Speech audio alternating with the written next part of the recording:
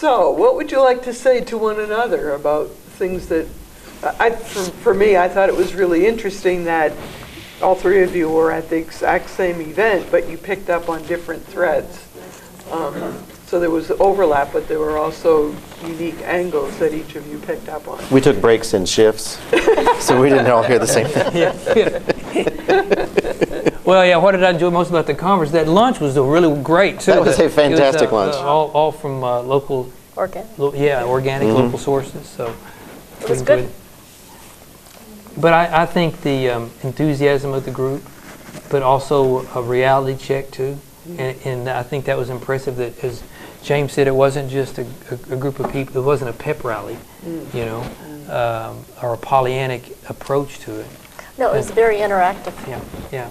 And none of us talked about, remember there'd be a pause after each presentation where we'd reflect and then interact with people at our table with that. What they did is they gave us like 3 to 4 questions after each speaker, and we had to reflect on those questions with the people that we were sitting with and come up with an idea. We didn't share those in the whole group, but you shared it within your table. I felt like I was working again. How many people were there? Oh. 125, I'd say. It seemed like more than that to me. Yeah. I think it was the way the room was laid up. Could be. Because there were large tables, but you didn't have your back. No one had their back to the speakers. And they were mostly religious leaders, would you say? I would think most of them were. Well, actually, not at my table, but at my table there was one that was he was a retired judge, and then the other one was a businessman. So we had a retired Navy guy. And I think the way we think about who is a religious leader needs to be re-examined. Is it only ordained clergy or people with a title, or are all of us who have a faith commitment, however we express it, religious leaders? And that's, when we first read what the description was and we were on our way, it was like, oh, why are we going? Are we being fraudulent here? It's like, we're not a Sister Claire or I didn't get the sense that it was an exclusive event. I didn't feel like for the people at my table, none of them were religious leaders per se. Just people interested in the subject, brought together by a theme. Right. It was a very warm, interesting. It was very interactive. One of the men at my table was a retired reporter for the Courier-Journal. Okay. Yeah. Oh, Now, he is Keith Runyon. But I mean, he's not a leader in his church. And I think that's interesting because it's not just from a top down as far as quote visibility top down, but the people like that can initiate change where sometimes a person in a quote official position is either afraid to for fear of the constituency and their job, or they're unable to in certain ways. They're all kind of handicapped, so sometimes they're more free to do that, and that's a very good thing. I'm glad you pointed that out. Well, and I can just imagine the reaction if a pastor the next Sunday said, "All right, people, this is what we're going to do," and then tried to you got to bring them along, and it's got to be inclusive. And that's true. Yeah. It's that what's the old saying? If you get too far in front, they'll think you're the enemy and shoot you. That's true. That's good. I don't know. Just thinking too, both of y'all are civic and business leaders in the community, and religious leader. But part of that connecting the dots is getting those two together. And how to move forward in our communities and in this area of the country. I mean, there's not certainly most small communities. So how can and maybe you all have some ideas about that. How can we connect the dots with one another with what you're doing? And you've got a business mind, civically minded, and all these things that y'all are doing. Is it helping out with a community garden? I don't know.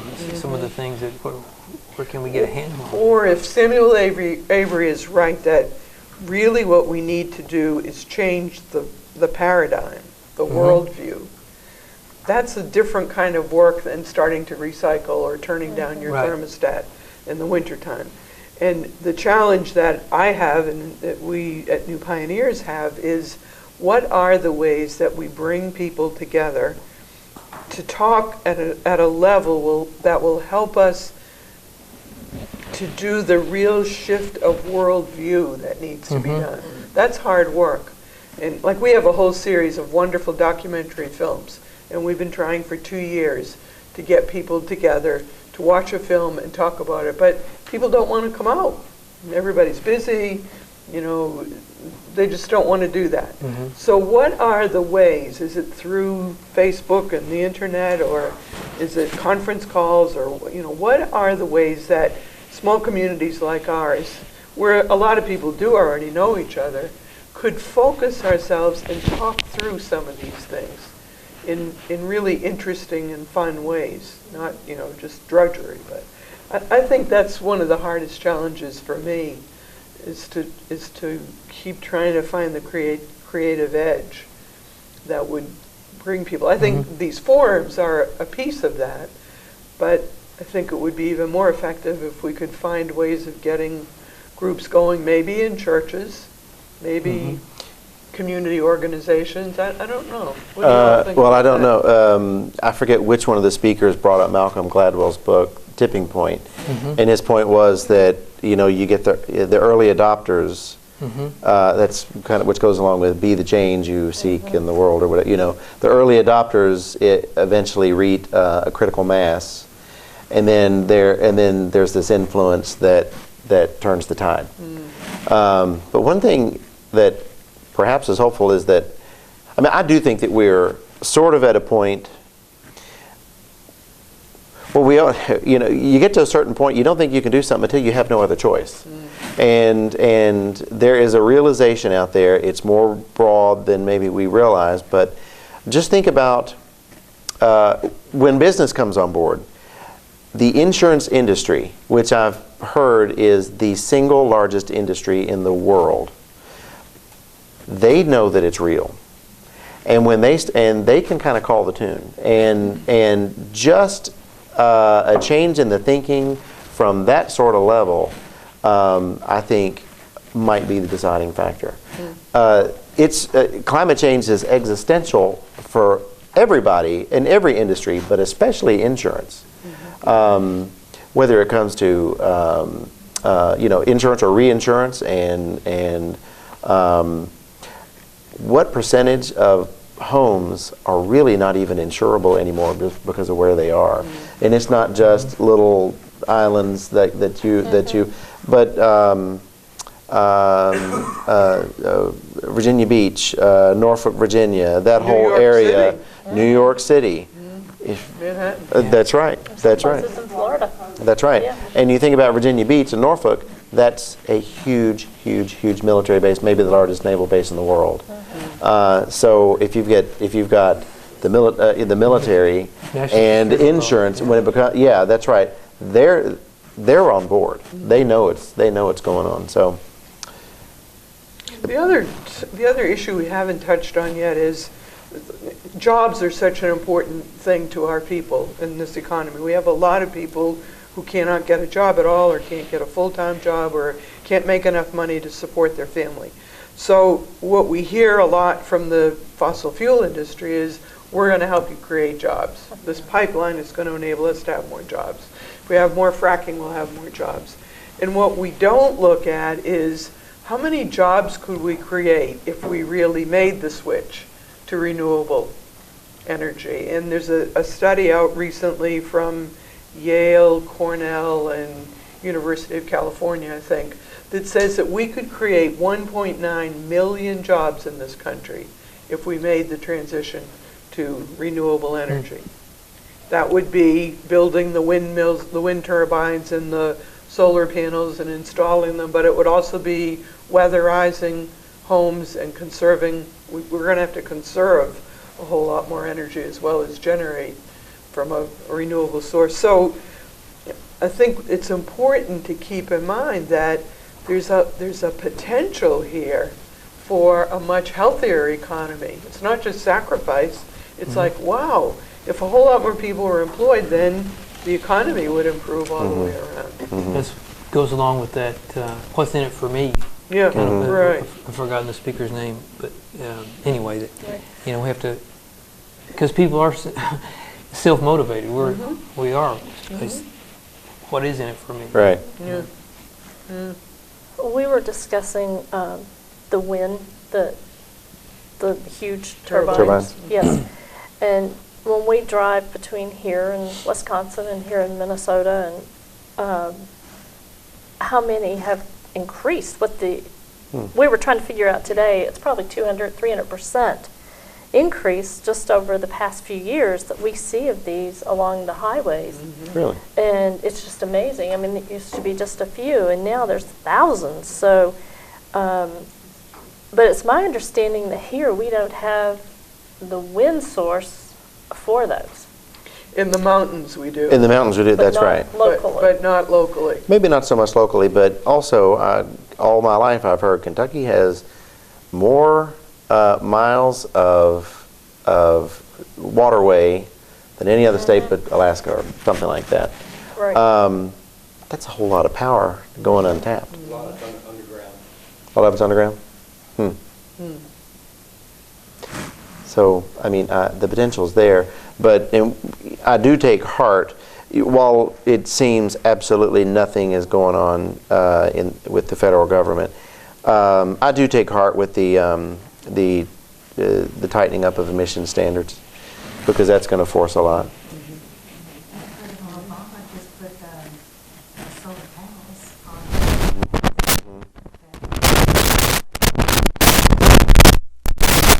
Got removed. Yeah. What if they just brought them out of storage? That's right. Wow. I guess another question. Yeah, yeah.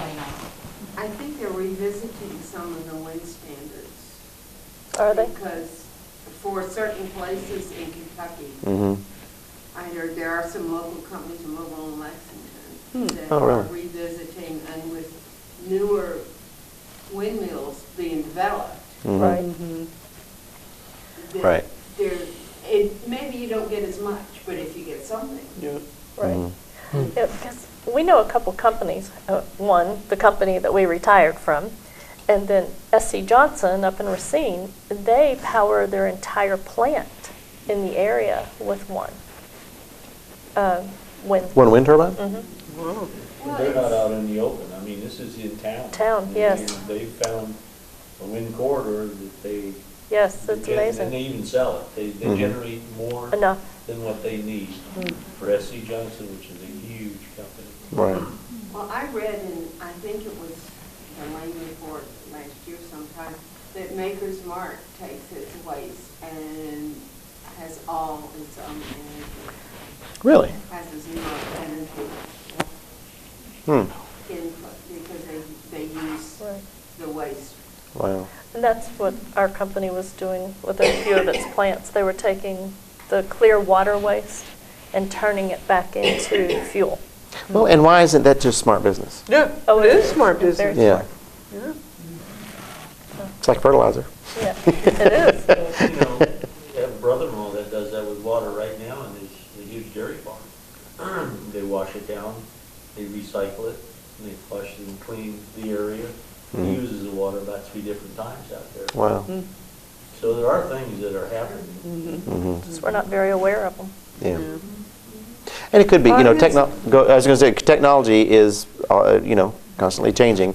And it could be that rather than big solutions, it's I refit my house with 1 or 2 methods, you know, solar panels, or, you know, everybody kind of takes care of. And somebody, I remember at the Wendell Berry conference, somebody, might have been Bill McKibben, said that might be a better way to go, especially when you think about national security, terrorism. It's a whole lot easier to bomb one power station, but he says somebody might climb up on my roof and take out my solar panel, but it's not going to do them much good. They're probably not going to do it. You know, so 1,000 little solutions rather than 1 or 2 big ones. You know. All right, right. Anybody else from the audience want to chime into this dialogue? It's been a good participatory group. Till now. I just wonder if, did anyone discuss, I mean, is it too late? Is it too late for us? Great question, yeah. I mean, you know, even if everyone were, you know, putting up solar panels on their homes or, and carpooling and, I mean. It may do you be. have a chance? It may it's be. interesting. That's my, what That I came up. Yeah. Yeah. But what choice do we have? What? You know. I was like- just reading, there's an interesting article in the New Yorker, December 2nd, where, and you know, I don't know how possibilities, but a process called sequestration, where you simply, the contention of the article was simply reducing consumption is probably not going to be enough, so Right. they can actually offset that with carbon and that's been put that back into some rocks. Geoengineering is what they call it, or Yeah. bioengineering. I And then there's a forget book what, yeah. coming out in 2014 called The Soil Will Save Us, where this author, Kristen Olson, says not only healing the land, but turn the atmospheric carbon into beneficial soil carbon. So there's some things out there. I would be interested in reading that book. It's interesting. I don't think there's a... It's not going to be one thing. Yeah, there's going to be maybe several things like that, but I think there are some sharp minds that are attuned to this, and we're seeing that. So I think that's one side of it, but I think there's a danger that I hear from a lot of younger people. Well, we don't have to worry about it because technology Right. will solve it. that's Yeah. another And that's spin the on other the side rapture. of The silver bullet. Yeah. The silver We don't have bullet. to worry about it because God will save us. God Right. would never let the earth be destroyed. I've heard other people say that. So, like somewhere in the middle, and I guess That's not very Old Testament. No. I mean, to respond to Lisa, what if it were too late? What if it were? Then what? Well, none of us knows. We don't know. I mean, my Well, I know, I guess, you know, I mean, it's a concern, you know, I'm concerned about it. I mean, I know everyone needs to be doing all these things, and I don't know about a lot of the next generation. I know my children are very conscious of this and are, have taken steps to reduce their carbon footprint, but at the same time, can you do enough? I mean, I don't have any solar panels on my house. I'd like to get them. So maybe, but a lot of the things that you think about are expensive too. That's right. And, you're thinking, how are you going to manage all those things? I think your last forum that you had, and I think one of your commentators said about this geothermal units and how expensive it is, and yet there's like a $6,000 credit right off the top, and then there are other credits that bring this $20,000 figure down to somewhere around 10, and then with what you save, in less than 2 years, you're at a break-even point. That, and Jenny and I have looked at that, but, first thing is, it's very expensive, but after listening to your panel, it's just panels like this that get aired and people think. I just read today, though, that there's, I don't know if y'all are aware of ALEC, A-L-E-C. They push all these initiatives in state houses, not one of which I agree with. But one of them is that they see solar panels a different way. You're not participating in the structure, the power structure. Therefore, they're going, rather than you being able to sell your electricity back, they're going to charge you. And Arizona, I read, is actually a state that has already done that. Insanity. It's absurd. It's absolutely absurd. I think Sue made that comment that they were going to start charging, Yeah. that they no longer would give them credit. Right. They want to. They haven't. That hasn't. They had Yeah, yes. but this group is very powerful and gets a lot got done. And That the documentary that you sent us or email, that reminded me of what Lisa said, is it too late? Look what are going through, I mean, they said their haven was, a heavenly home was turned into a hell, and that's the name of this thing, fracking hell. Mm-hmm. No. That won't make your hair stand up straight. I tell you, I just looked at it twice. I'm going to show it to people tomorrow, but really, the damage that is being done, and they didn't think that would ever happen to them in Pennsylvania. Right. That's the video that I sent out to at least all the members 2 or 3 days ago, 15-minute video. I don't think so. I didn't. I haven't watched I didn't see it. Yeah, I sent it to, I know I It sent just it. came out. Oh. I sent it a couple days ago. Oh. Yeah, it's well worth watching. It's only 15 minutes. Gasland and Gasland 2 are great, but they're much longer. But I think one of the greatest learnings for me out of the whole pipeline experience is, like I sort of knew this in my head, but now I know it in my guts. The corporations have a stranglehold on us American people. I mean, we think we're free and we're, you know, the wealthiest nation in the world, but we are so caught by the power of these corporations. And if we don't restore democracy, even within our own little cities and counties, then I don't know how we're ever going to break the stranglehold of the corporations. And it's not that they're evil people. They're doing what the capitalist system tells them they should do, make more and more profit so your investors will be happier and happier with you.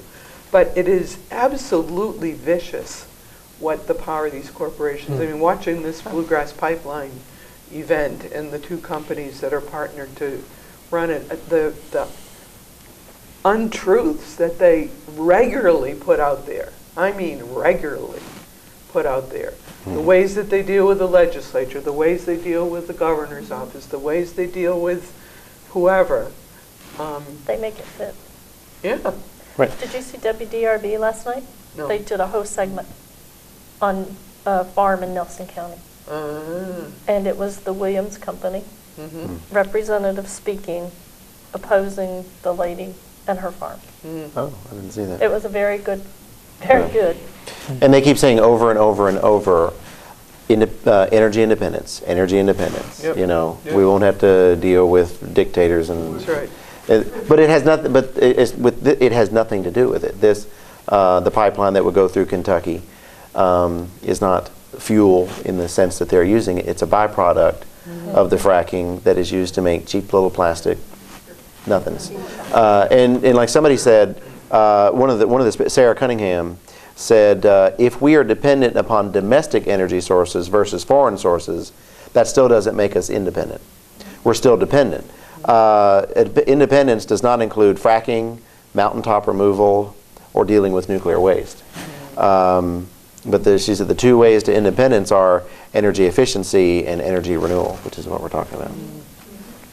I was just going to, that you just hit on exactly what I was wanting someone to talk about is the misnomer in the rhetoric of energy independence that's based on these non-renewable sources. And, it's such a powerful concept, independence. I mean, this is really getting at the heart of what we think of as the kind of core of the American identity.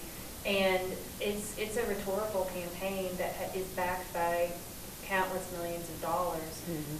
And that was one of the things that I took away from the conference is that just a reinforcement for me of an understanding of how persuasive the concept of energy independence is, but it's not what we're hearing touted is not what really makes us independent. It makes us more dependent upon particular entities and particular corporations that are seen as people by the government, you know, but that they are not individuals. They are collectives that have a great deal of power and sway. And speaking of great deal of power and sway, since you already asked my question, one of the things that another thing that I came away from the conference thinking pretty deeply about is. And I guess really this is probably a question for Dr. Whitlock, if you could talk a little bit about how you imagine religious leaders' responsibility and their roles in raising not just awareness but raising action. And maybe that's too specifically to you, anyone is welcome to comment on that. But, sure. But what that seems to me to be a great a burden or a blessing of responsibility placed on religious leaders' shoulders, talking with congregations and living out particular ethics. Yeah, it's a challenge. It's true.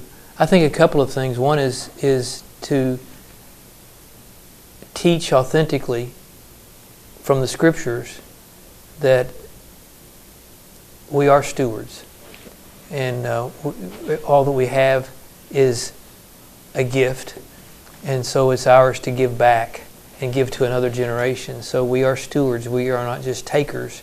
We are a generation, or my generation, maybe not the previous one, but a generation of takers, and we see that not only financially, but it's short-term gain, long-term pain, and what works for me now. And so I think religious leaders have a responsibility to teach the whole truth there, and that God has given us this, and He's given us this to take care of. We are, as I said, renters, stewards. And then I think the other thing is the responsibility we have as ministers to quote Gandhi again, to be the change we want to see. And yeah, it's the little things, that we can do, and in passing, not that you try to impose that on a group of people, but that it's just out there. They know what you do as a leader, and then also to try to connect the dots. I guess that would be a third thing, to try to connect the dots here, and how this fits together for a new paradigm, to see things in a different way, to help. As Sister Claire was saying, that's a real challenge because we don't want to change, and so you're trying. Most people don't want to. I mean, that's our nature, and so to get them to want to change, that's a challenge. And to see a new way of seeing things, to see a new paradigm, to see it through God's perspective, rather than just our own myopia, and to look at it from a larger vision and how this fits together. The trees are gifts, not just sources for revenue. So, and that's a process. And then back to the question, do we have enough time for the change? We've got, even as I said, if we're just a voice crying in the wilderness, we've still got to speak the voice that God's given us to speak, and let it fall where it is. Wendell Berry said, "We don't have the right to ask if we will succeed." He said, "We only have the right to ask what is the right thing to do." Yeah, That's a good one. Yeah. And what if the churches in our communities were the places where you would see a solar panel doing the hot water, you would see the flushless toilets, you would see the no styrofoam ever being used at church suppers, and people bringing their own silverware and dishes in a basket so that they wouldn't be throwing stuff away after just using it once. I mean, what if churches became the major place where people could actually experience a new way of treating the earth? I mean, that'd be pretty exciting. And if one church would do it in one community, the word would get around, and pretty soon a little healthy competition would kick in. People would be saying, well, the Presbyterians are doing this, or the Baptists are doing that, we better. So, I mean, it might be fun to work together as churches and see who could start something. And let's face it, so many of our church buildings are energy sinkholes. Yeah, that's right. Wow. And there's a challenge there too. That's right. I don't know any church that's got money sitting around for that kind of revamp. I don't know. I'm proud of the fact that St. Catherine's put geothermal in. That's right. 10 or 15 years ago. Small things make a big difference. It was a struggle. It was terribly expensive at the beginning, just terribly, and then we had a lot of trouble because the vault was too small. But now that it's running, it's saving us a lot of money. Wow. It's really, it's initial, costly. But today we had a really wonderful experience. We planted out of that ice storm several years ago. This is at the Mother House in St. Catharines, and we lost lots of trees in that ice storm several years ago. So we made a commitment to the earth and to each other that for the next few years we will plant 5 new trees every year. So it wasn't just a matter, though, of planting these trees, staking them, and making sure they're there. We had a wonderful ceremony this evening of blessing those trees of going out and giving them, a prayer over them, asking each other to bless them and to honor them and to talk to them as we go by. It was truly moving. Did you not think that? And so it was a matter, and you just felt so part of this earth, and that was the whole thing. It was just, I was sorry that I didn't invite you. You would have enjoyed that. But I always say that at the end. We had a similar tree. We planted a tree, and we had a similar experience when we planted a tree in honor of Mike Hayden. And the family and some of the community were there. And I drive over there to look at that tree every once in a while, just because there's something about new life. And so, yeah, these are some small ways that all of us can grow that consciousness. Like you're saying, the earth is not ours. In Seattle, the air is not ours. It's true. Right, and that's right. We didn't create it, so we can't own it. I forget who said that at the conference. How can you own something you didn't even create it? You weren't even the first person to inhabit it. And I'd love to talk to Tom Fitzgerald, the esteemed attorney, about how has there ever been a legal test put on permanent easements? How can one person who just happens to be there when the check's written be paid for something that posterity is going to give? I've got some friends in Marion County who live on a farm. A permanent easement was given by the person who owned the farm in 1940 for the gas pipeline, which exploded and woke them up in the middle of the night in 1974. I mean, they really thought they were all going to die. I mean, they said it sounded like a nuclear bomb that exploded right by their house. They talked about how they got in their car. They wouldn't start it because they were afraid that there was gas everywhere. They just rolled it down the hill. And that's a burden being paid by posterity. And, and they can run anything they want through the pipelines, the way most easements are written. So. Strange. Well, this has been a really wonderful conversation. Thank you. Before we finish, I do want to make one announcement.